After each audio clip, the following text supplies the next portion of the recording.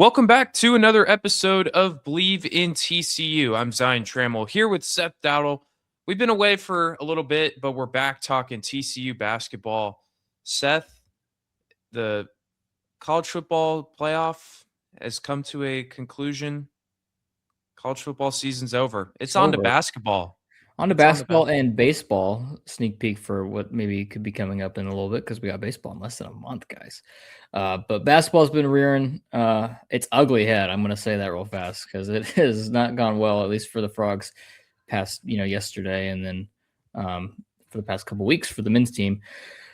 But yeah, we're going to talk about it all. Going to break it down. Going to see what's going on with the men. Talk about the women's team as well, and see why TCU basketball is such a pendulum swing of a program. It really is. And starting with the men's team, it's been just a wide range of emotions of how you feel about this team. And sometimes it's been really positive. And if you look at this team's resume, you say, hey, well, they beat Florida, they beat the national champs, beat Wisconsin, they beat Baylor. And then you have some really ugly losses. And TCU's in a very ugly stretch of conference play, 4 straight losses, starting with that Kansas loss in overtime, losing to Arizona at home. You can live with that. In a close battle with BYU, and then a really ugly loss against Utah on the road. So it's been some rough basketball for Jamie Dixon's team. Seth, what's kind of been your initial takeaways of conference play so far for the Frogs? It's been one of a couple of feelings, like you just said. Like there's not much to take away positively from the past couple of games. I mean, sure, it was a very tough stretch for that first kind of 3 or so games, right? You had that Kansas game on the road in Lawrence. You had the Arizona game. Welcome the consensus number one team in the country into Fort Worth, and then you had to go on the road to play a really good BYU team, right? And I think it wasn't expected that TCU was going to win any of those games, but they were super close to winning one of them in Kansas, up by double digits with 3.5 minutes left, up by 9 with 90 seconds to go, and then you lose in very, very disappointing fashion. And I think that after that, there just hasn't been much belief, because if you win that, you go into that Arizona game with a sense of we can do anything we want. I mean, look at us. Like when we're playing and firing all cylinders, we can beat anybody. And just kind of vibes wise, from a fan perspective, and also just kind of reading into things, looking at body language and such. Like, yes, sure, this is a team that fights hard. They really do. They will fight to the bitter whistle, to the end of every single game, to the bitter end. But sometimes your fight has to result in wins, and right now this is not happening. And then I think the latest loss to Utah is just kind of like, okay, well, we're really in a rut now. It's not just you're losing to good teams, you're also losing to teams that you're frankly probably better than. It's been really bad. And yeah, you thought a lot of fans kind of looked at the schedule and said, okay, once we get after BYU, the schedule lightens up just for a couple games there. You've got Utah and Oklahoma State, and you think, okay, you win those 2 games, you can kind of get back on track before you go to Waco, and then you play Houston to round out the month. But when you fall behind, what was it, 14-0 or 16-0? Yeah. It just against the Utes, it's really hard to climb out of that. And honestly, hearing that didn't even surprise me that much, because TCU, that's happened recently with TCU. I don't know with this team, but I remember last year. It happened in the Big 12 tournament against Houston a couple years ago. I don't remember, like TCU went 12 minutes without scoring a bucket. Yeah. And so in this case, TCU scored on a Jace Posey dunk with 13 minutes and 52 seconds left in the first half. So, yes, you're right, Seth. They don't back down, and that is very admirable for a team that's young, to not let what happened in the first 20 or 30 minutes get to you, and to find a way to crawl back into games. But it's simply not enough. The fact that the Frogs scored 49 points in the second half and still lost that game is unfortunate, but it's just kind of been the case for this team and their inability to close out games. They just have not been able to do it. Yeah, and you know, there's no vision to me really with what this program is right now. If we want to go big, 1,000-foot view, like what are we building towards? Like who is like, yeah, sure, David Punch, right? I think is like a really good piece. And, I really like, Michael Robinson and Xavier Edmonds and stuff like that. But I don't know, like it doesn't feel like the same build from a couple years ago with some of those key pieces that TCU had and then went on that, multi-year run where they just kind of lit the world on fire and had the best stretch of TCU men's basketball and TCU men's basketball history. It just doesn't feel like that right now. If anyone wants to correct me, and if they see the vision, I'm just struggling to see what we're building toward right now. Yeah, it's a young team, and so you're hoping that this is like some sort of multi-year plan, but it's really hard to guarantee that in this era with hoping that players stick together, that guys won't enter the transfer portal. Like who's to say that Micah Robinson or even Punch doesn't hit the portal this offseason because they could see themselves in a better situation. It's just not a guarantee in any sport really with the way that the transfer portal is now. So I'm not really sure. It's just unfortunate because TCU can't quite crack into that upper tier of Big 12 basketball teams. They are just stuck in the middle. And if they're okay with that, that's fine, whatever. I mean, Jamie Dixon is a fine coach. He's not an elite coach, but he's fine.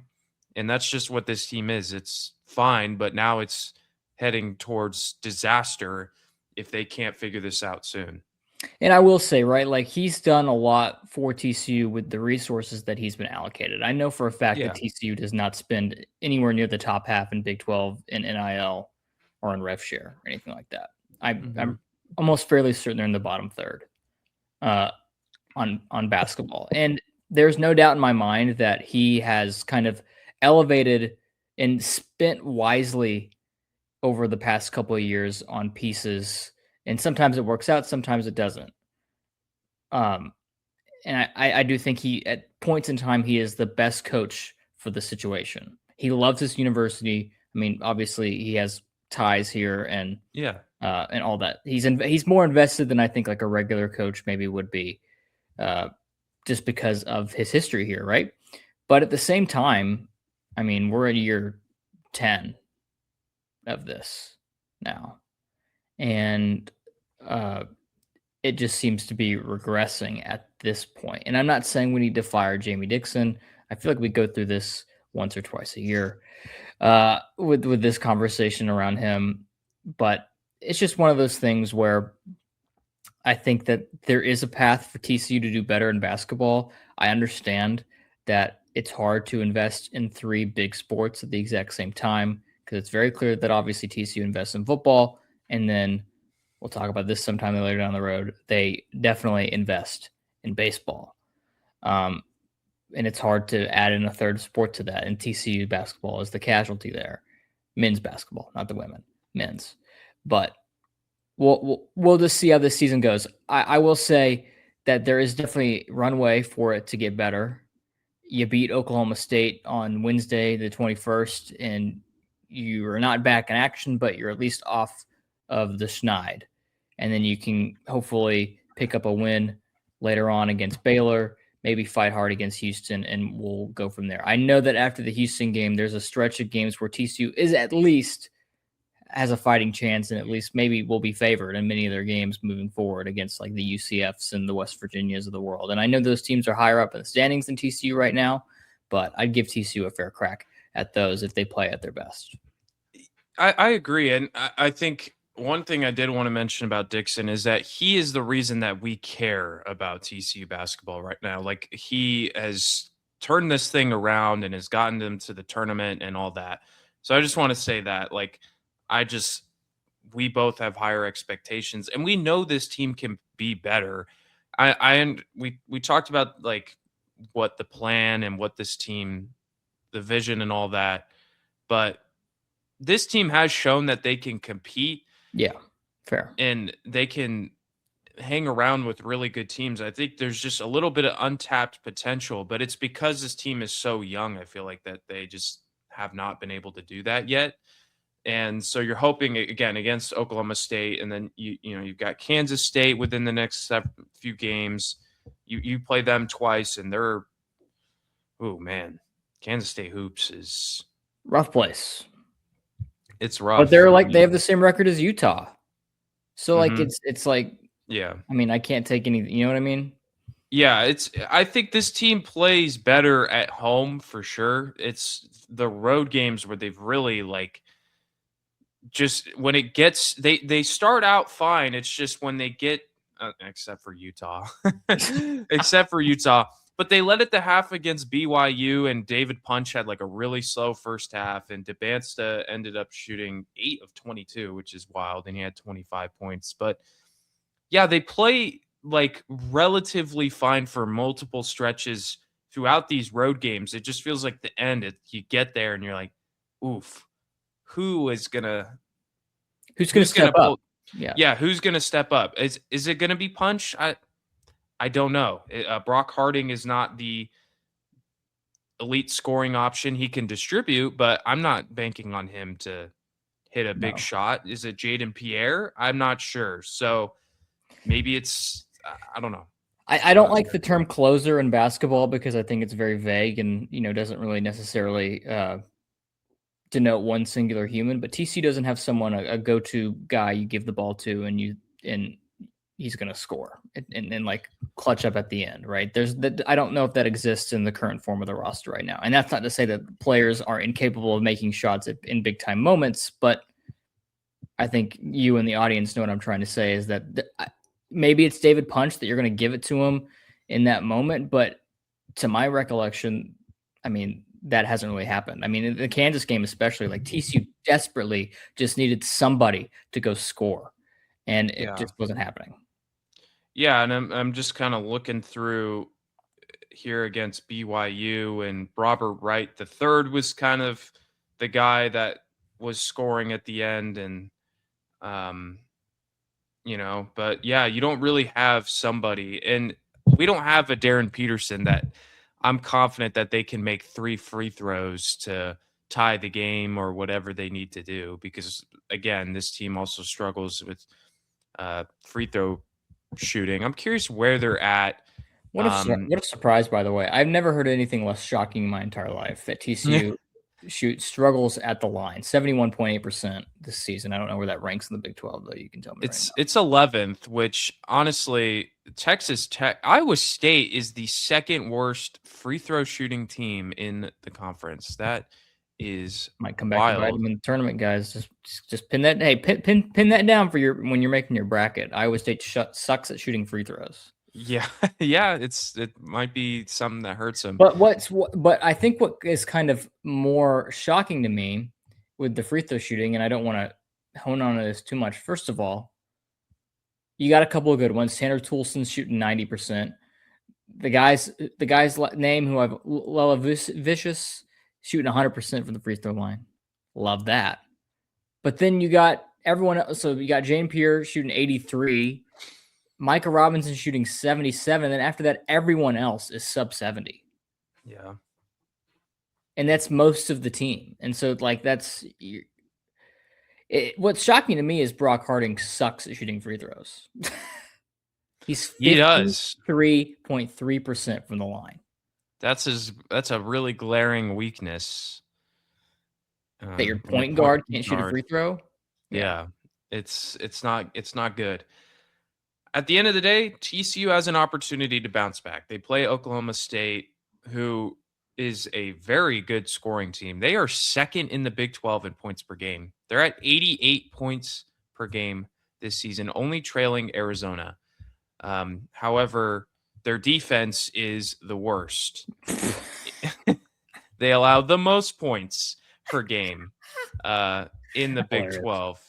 So, very interested to see how this game is going to go. TCU's above average defensively. I Yeah. think they've done pretty good in that department. Offense has been average, I'd say. So I don't know what kind of game. Obviously, we'll know pretty shortly what'll happen here. But I think a win here would really like they absolutely need it, Must win. especially at home. If you want to get your fans support in this program and for the remainder of the season, I think you got to find a way to beat Oklahoma State tonight. And I'm gonna future me is going to look back on this as in tomorrow and say, wow, you were way off. But I think they'll win this game. I do. I think they'll pull through. I have no prediction. I have the variance of TCU men's basketball is such that I'm not going to try and just kind of predict what's going to happen. But also, I'll say this: you cannot start 1-5 in conference play. It is unacceptable, and it is a death sentence for your season. TCU season might already be in the grave, but like 1-5 in conference play would absolutely be the nail in the coffin for me. I don't think there's any coming back from that. It's really going to be tough to overcome because again, you go to Waco on the 24th this weekend. You welcome Houston at home next week, and I would say February is relatively doable for TCU when it comes to the strength of their opponents. Iowa State's the best one. The rest of these teams, I believe, are except for maybe UCF, I think is at the bottom tier of the bottom half of the Big 12 standings. So, like, obviously TCU doesn't have much wiggle room because they are also in the bottom half, but at least your strength of your opponents aren't as strong as what you had in the beginning because it's been a gauntlet. I'm not going to sit here and say it was a cupcake. It's been really challenging. It's just the way some of these games have gone have been super frustrating. Yeah, I think if we were sitting here right now and TCU was 2-3 in conference and coming off a win against Utah, I don't think that we're criticizing them to the extent that we are. I think sure, we're saying like, dang, we talked about this after the Kansas game. Dang, you should have won that game. Would have been really nice to win that game. I think you might be a fringe tournament team if you won that basketball game. But that loss to Utah is just it's a stain for sure. As well as a couple other losses, like the New Orleans loss, which is bad. And first of all, we need our weekly checkup on how the New Orleans Privateers are doing. Hopefully really good. No, they're 7-12. Darn. It's dang it. I was hoping for a better result. They lost 1, 2, 3, 4, 5, 6 games almost in the immediate aftermath after beating TCU. 6 games in a row. Unfortunate. All right, we are going to pivot to TCU women's basketball as we wrap up here with men's. The women's team, they had a good start, a much better start to conference play. But yesterday they, changed things up. They took on Ohio State in New Jersey in the Perez Scott King Classic on MLK Day. They lost 71-69 to Ohio State in a ranked matchup. The Frogs moved up to number 9 in the AP poll. Ohio State was 12th, or was it 14th? 12th. They were 12th, and they were unable to win despite having multiple leads throughout. Seth, you had eyes on this game, and I was able to watch it for a little bit, but what was kind of your biggest takeaway here? I think there's one for me, but I think I'm going to take some positives away from a 2-point loss to number 12, where you almost could have won the game. Maddie Shear didn't play. That's big. That's a big time player for TCU. Marta Suarez only played 23 minutes and put up 2 points. That's another really big key piece that didn't play well. And yet you were still 2 points away, 3 points away from beating a really good team. To me, that is obviously it's not great that TCU won. It is a positive, though, that players like Taylor Bigby played 34 minutes and put up a productive 14 points. Veronica Sheffy had 26 minutes and hit some key jumpers late in that game to keep TCU in it, including a 3. I think that was actually at the very, very end. But I thought she played pretty well. Olivia Miles had a good game. I thought Clara Silva did some really good things as well. I thought TCU played well and was down a couple of key pieces. And at the end of the day, Jelani Cambridge and Chance Gray just kind of carved him up. And there's not much you can do about that.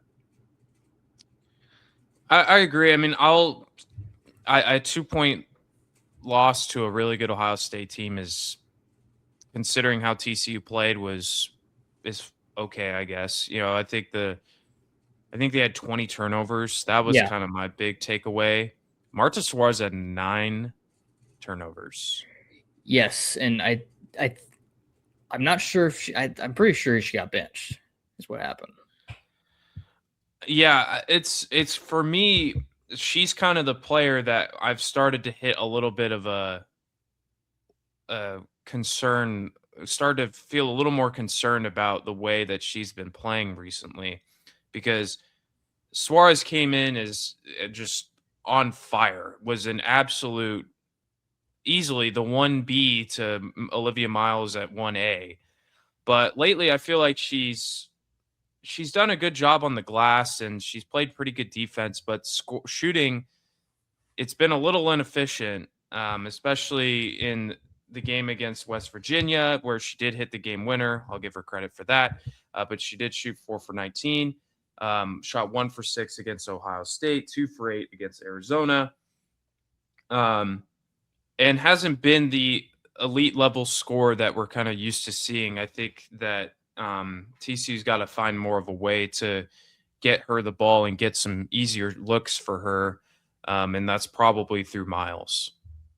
Probably everything is through Olivia Miles. Yeah. So there's always that. But the 20 turnovers killed TCU, obviously. And I mean, that kind of loses you a basketball game at the end of the day. You're gonna give the other team 20 extra possessions pretty much to do what they will. And I know that TCU had some forced 10 turnovers of your own. So you give Ohio State 10 extra possessions and they scored 2 more points than you. And that's it. Yeah. Yeah. It's been a thing that TCU's against Arizona as well. They really struggled with the turnovers in the beginning. So I think it's just kind of mental lapses there, just some common, or I wouldn't say common, just some fundamental things that need to be worked out.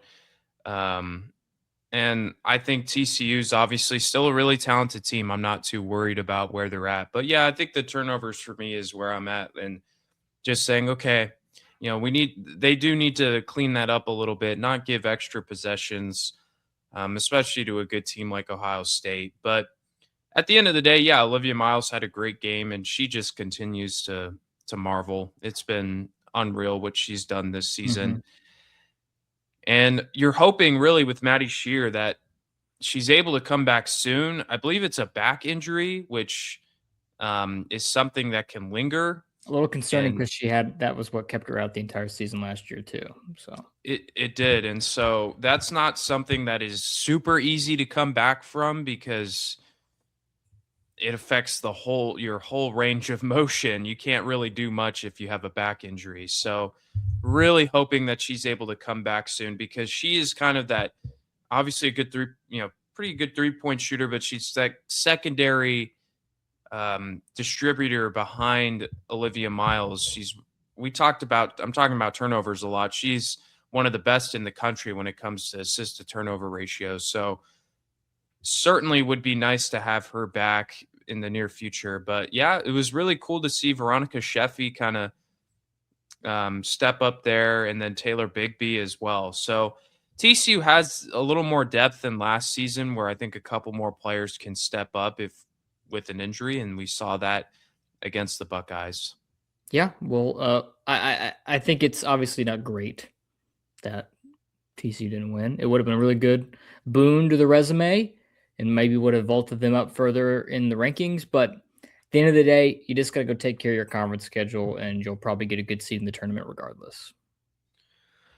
I'm not going to take much stock into losing a game in against Ohio State, especially cuz they did play on Saturday, hard-fought game against Arizona, and having to hit the road to go to New Jersey and take on Ohio State. It's definitely a change of pace, and so I'm not too worried about it. Um, and they're going to be on the road again. They don't play till Saturday at UCF, but I trust Mark Campbell. I'm not like panic at all. This team is still very talented, and again, losing by 2, considering all those negatives in the game, is pretty impressive. And they technically had a chance at the end to tie it with they had 0.3 seconds left and they were going to run a tip play and then the pass fell short. But it would have been a funny miracle if TCU was somehow able to pull that one off. They would have stolen it. But hey, I think we'll move into the rest of conference play. TCU, as you said, I'm not worried about them in terms of overall performance and production from like a coaching perspective because Mark Campbell's really good at bouncing back from losses throughout his time at TCU. And so I expect them to come out next game on Thursday and be able to win. And it really helps when you're good at home.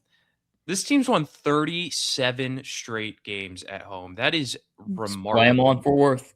Just play them Yeah, all. No need to go anywhere else. Why would you ever leave? it's really impressive what this team does at home. I mean, when they had their first multi-possession deficit of the season at home against Arizona, I mean, it was like 28-23, and people and they're like, "Whoa, what's happening?" And then they ended up just Winning by 30 or whatever. yeah, but and it's like they're down 5. Like that's if that is where you're at, where you start to be like, "Whoa, what's going on?" That just shows you how really good this team is. And yeah, they came out a little slow against Arizona, but they looked really strong in the second half. We started to see what that team really looked like. What we've seen all season there in that win over Arizona.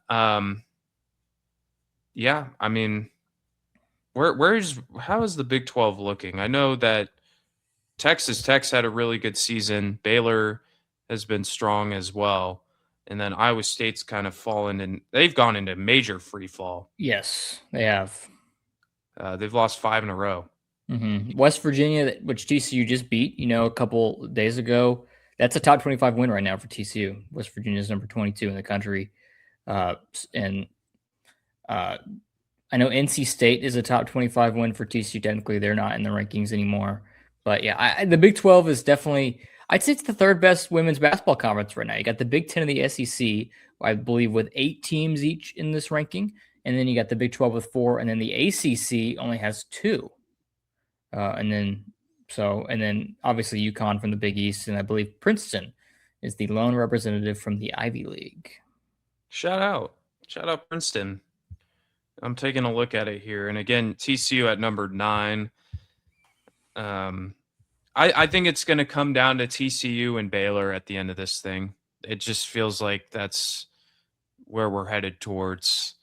Maybe Texas Tech could sneak in there, but that's kind of where I'm feeling. It's going to happen. It's going to Just be like TCU. last year. It's kind of Just like destiny.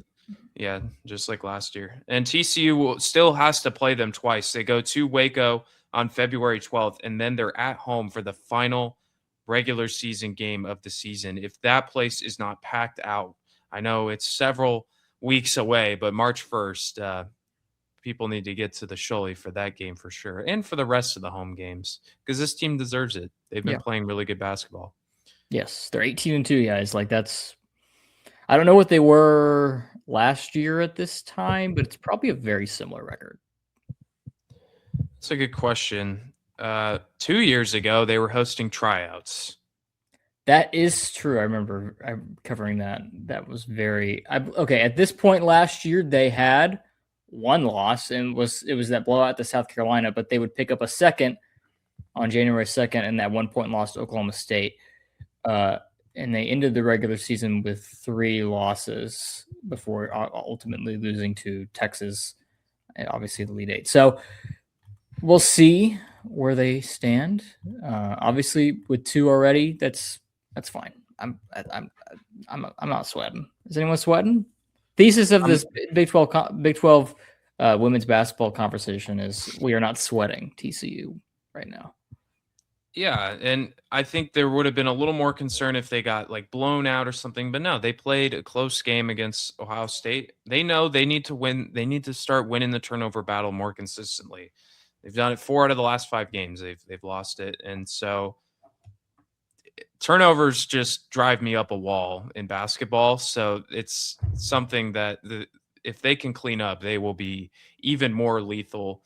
And I'm excited to see where this team will go. And hopefully Maddie Shear can come back. That's another big thing. Yes, hopefully. Need her back. All right. That'll finish things up here for our basketball talk. Again, only 1 game for women's this week, and then men's will have 2. So looking forward to that. We'll continue football conversations as well as anything pops up. We'll probably do a football season recap most likely, and then baseball's coming up, Seth. We are almost there. It's January. It's kind of weird to think about baseball right now, but we are getting close. February 13th, first game, TCU Vandy in Arlington. Got Arkansas the next day, and then OU on the 15th. It is exciting. And then later on, obviously TCU traveling to the number 1 team in the country. They're going to go to UCLA for their first big weekend series of the season. That is very, very exciting. Rumor has it you might have to get a Big Ten Plus subscription to watch that game, but we'll see. Yikes! Big yikes! In case you can't tell, Seth and I are very excited about TC baseball because this team's going to be good. So there's going to be some fun baseball occurring in Fort Worth. But that'll wrap things up here for this episode of Believe in TCU. Make sure to subscribe to our YouTube page. You can also listen to us wherever you get your podcasts, all at Believe in TCU. So for Seth Dowdle, I'm Zion Trammell. Thanks for tuning in. We'll see you guys next week. And as always, go Frogs.